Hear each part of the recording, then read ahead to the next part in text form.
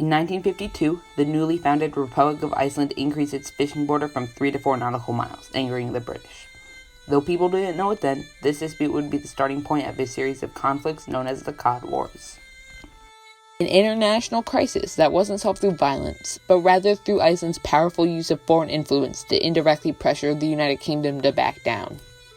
From the 1950s to the mid-1970s, during a series of fishing border disputes between Iceland and the United Kingdom, Iceland's unprecedented political influence over NATO and its allies forced the mighty British to understand they had no room to bargain. This led to the British losing the Cod Wars, and subsequently their fishing industry, leading to a recent campaign by the British to regain fishing rights through Brexit. This is the Cod Wars, how Iceland's foreign policy has haunted the British fishing industry.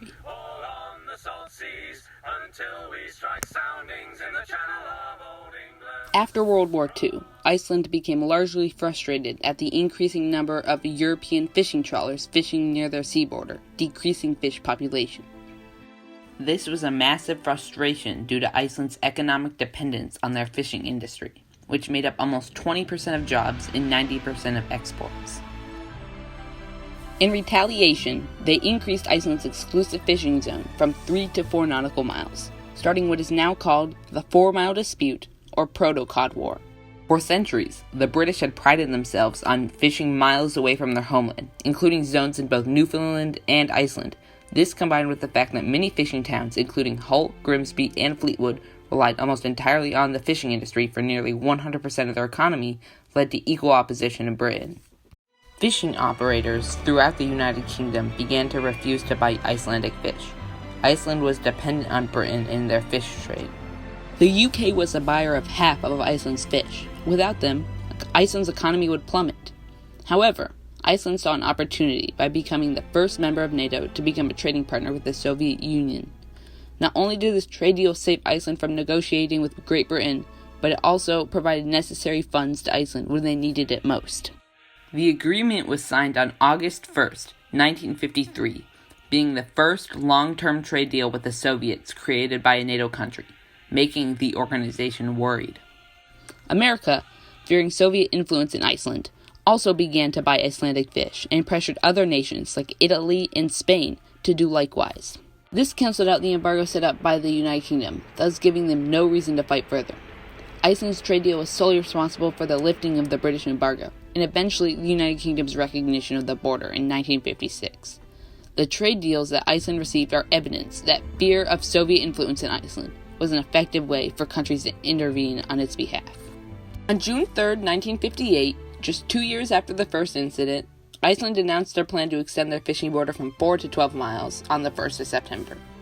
Resistance to the law happened right away as all members of NATO opposed it.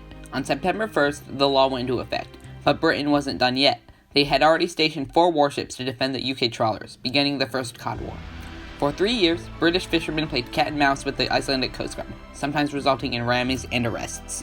After a while, Iceland decided that British fishermen's resistance could only be solved through international relations. This resulted in Iceland's decision to repeatedly threaten to withdraw from NATO. This was concerning for a couple of reasons. Over the past few years, Iceland had seen a growing rise in the communist belief through the People's Alliance Party. But Iceland was more than just any NATO country. They were part of the GIUK Gap, a naval choke point for Soviet ships by NATO allies Greenland, Iceland, and the United Kingdom. Without Iceland, the Soviet Union could feasibly run dangerous ships without worry. Former Central Board member of the People's Alliance, Guðmundur J. Guðmundsson, wrote, "Iceland politicians frequently use Iceland's unique situation to have their way when disagreeing with their allies." This quote conveys that Icelanders knew of their influence within NATO and tried their best to exploit it.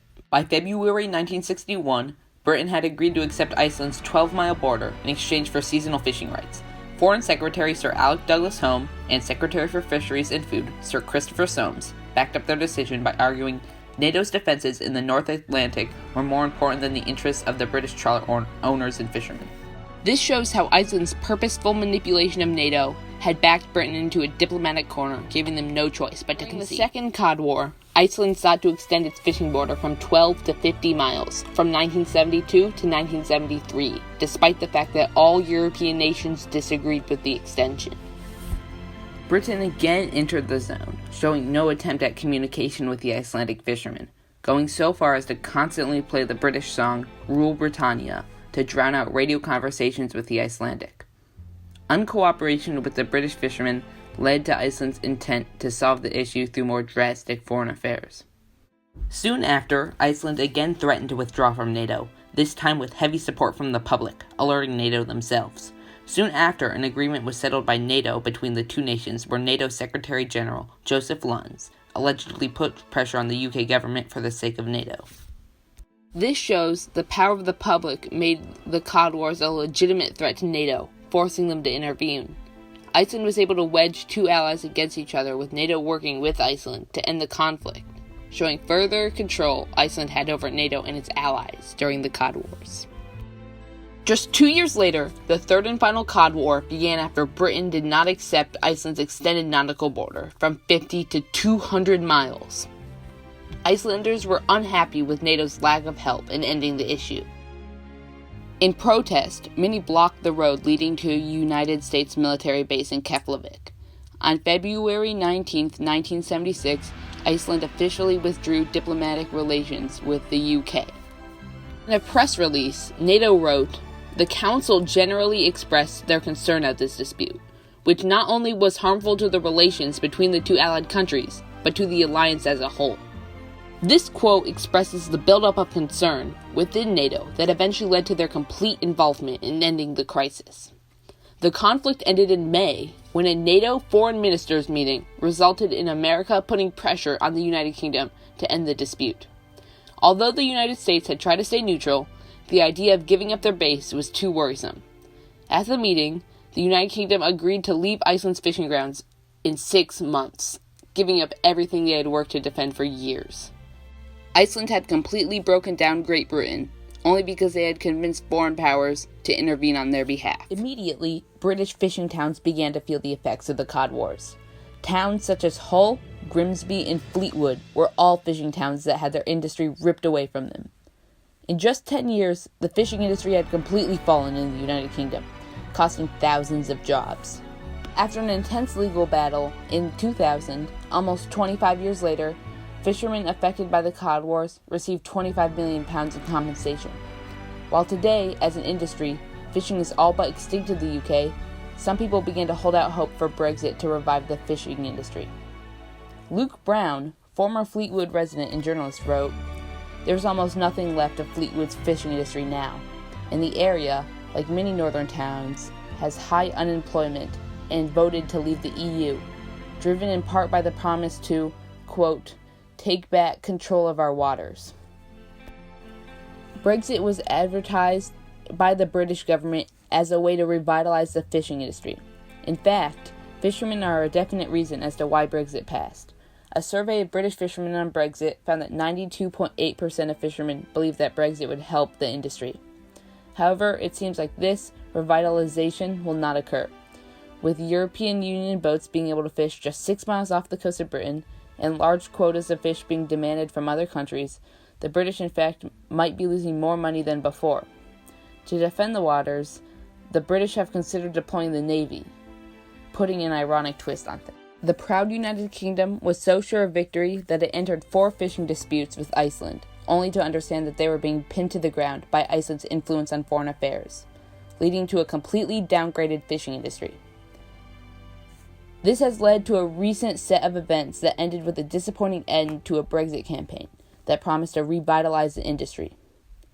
This is the story of an underdog who had the right cards to play at the right times. While Iceland had virtually no military and was barely seen in the global spotlight, its leaders' knowledge of foreign affairs was what brought Iceland into prominence. Iceland was able to think outside the box, whether it was making trade deals with the USSR or holding NATO hostage. Iceland used communication to its fullest potential to win the Cod Wars, continuing to haunt the British fishing industry to this day.